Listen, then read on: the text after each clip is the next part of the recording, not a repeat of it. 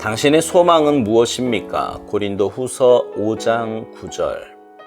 그런즉 우리는 몸으로 있든지 떠나든지 주를 기쁘시게 하는 자가 되기를 힘쓰노라. 우리는 몸으로 있든지 떠나든지 언제나 주님의 비전을 앞세우고 그 비전을 향해 나아가는 것은 수고로운 일입니다. 이 수고는 영혼을 구원하기 위해 야망을 갖는 것도 아니고 교회를 세우거나 부흥을 일으키는 것도 아니며 오직 주님께 인정받는 것을 가장 높은 이상으로 삼아 자신을 낮추는 것입니다. 우리의 삶이 실패하는 이유는 영적 경험의 결핍이 아니라 주님께서 주신 이상을 항상 유지하려는 수고의 결핍 때문입니다. 적어도 일주일에 한 번 이상 주님이 원하시는 그 기준에 따라 사는지 지난 삶을 점검하십시오.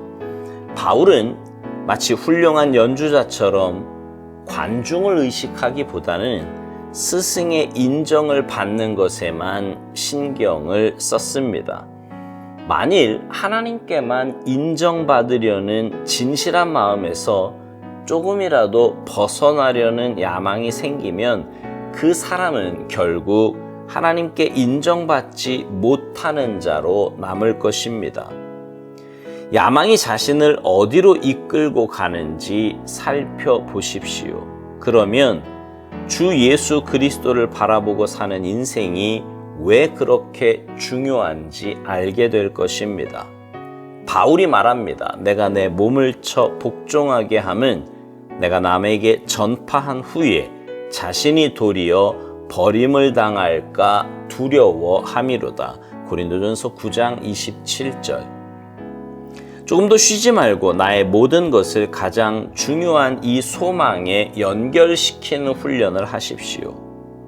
하나님 앞에서 나의 공적인 가치는 내가 홀로 있을 때 어떤 사람이냐 하는 것입니다. 당신의 가장 중요한 소망은 주님을 기쁘시게 하고 그분께 인정받는 것입니까? 아니면 아무리 고상해 보여도 주님께서 받으시기에 곤란한 것입니까?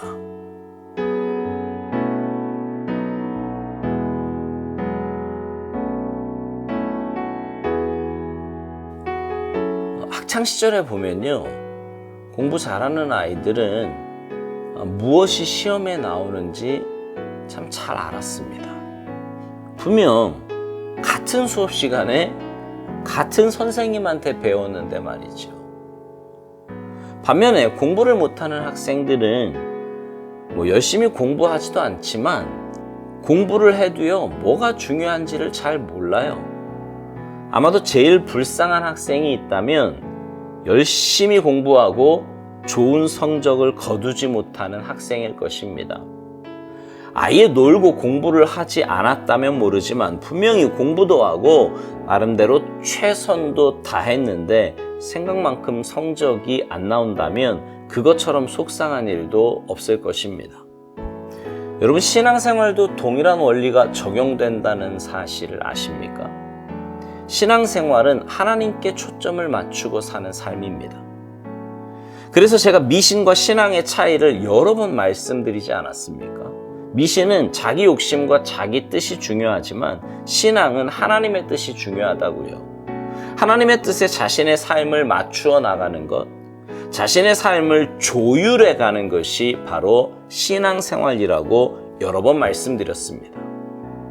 오늘 본문 고린도서 5장 9절에도 보면 사도 바울의 소망이 나오는데 그는 어떻게 하든지 주님을 기쁘시게 하는 자가 되기를 바랬어요. 어찌 보면 사도 바울이 사역에서 끝까지 승리할 수 있었던 것도 바로 이런 그의 마음 때문일 것입니다.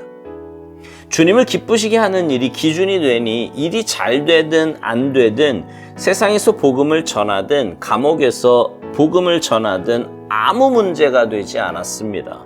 그의 연약함이 오히려 주님의 은혜와 권능을 드러내는 도구가 되니 기뻐했어요. 바울이 왜 바울인지 아시겠지요?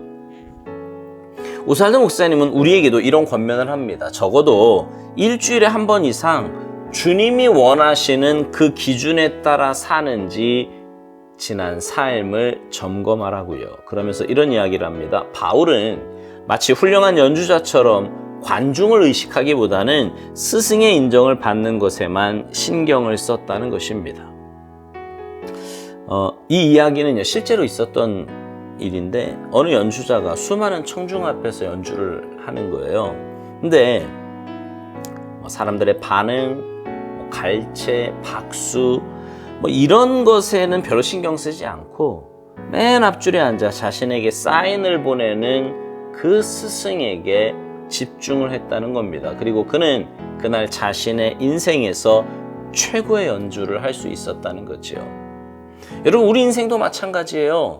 주님이 원하시는 대로 살아갈 때 가장 잘 살 수 있습니다.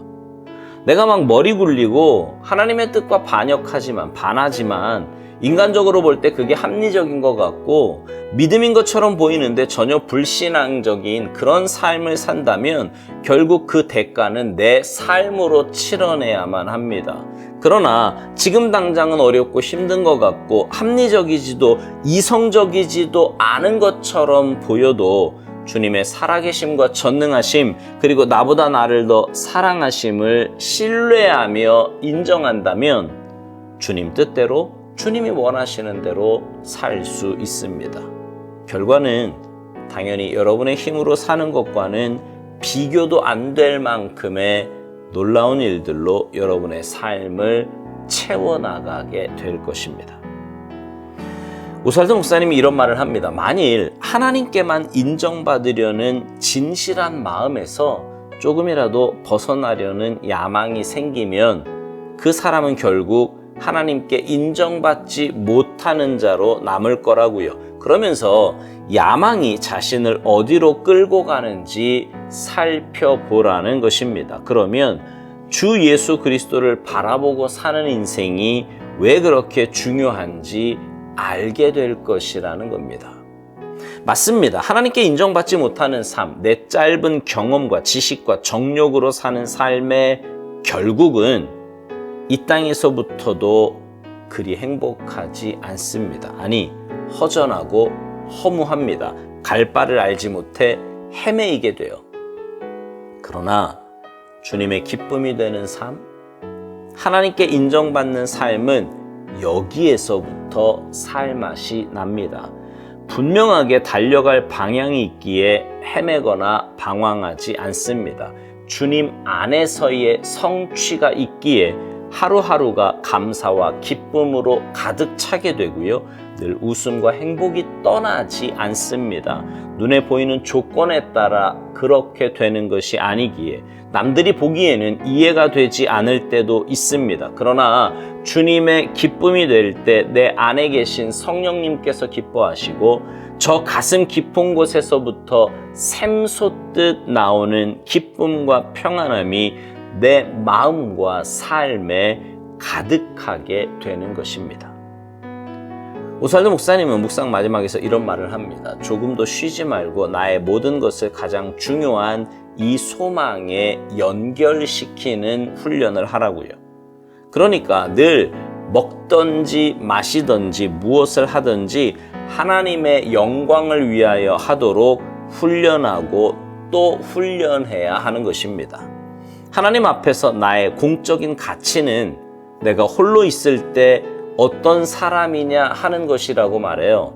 그러면서 우리에게 이런 도전적인 질문을 하며 묵상을 마칩니다. 당신의 가장 중요한 소망은 주님을 기쁘시게 하고 그분께 인정받는 것입니까? 아니면 아무리 고상해 보여도 주님께서 받으시기에 곤란한 것입니까? 여러분은 어느 쪽이세요? 전자입니까? 후자입니까?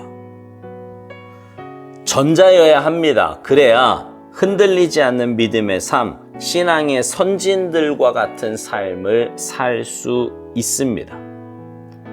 그러나 후자 쪽이라면 남들 보기에는 꽤 괜찮아 보이고 아무리 그럴싸해 보여도 그건 주님과 아무 상관없는 그야말로 천덕꾸러기 같은 삶이 되는 것입니다.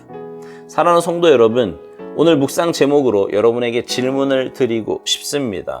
당신의 소망은 무엇입니까?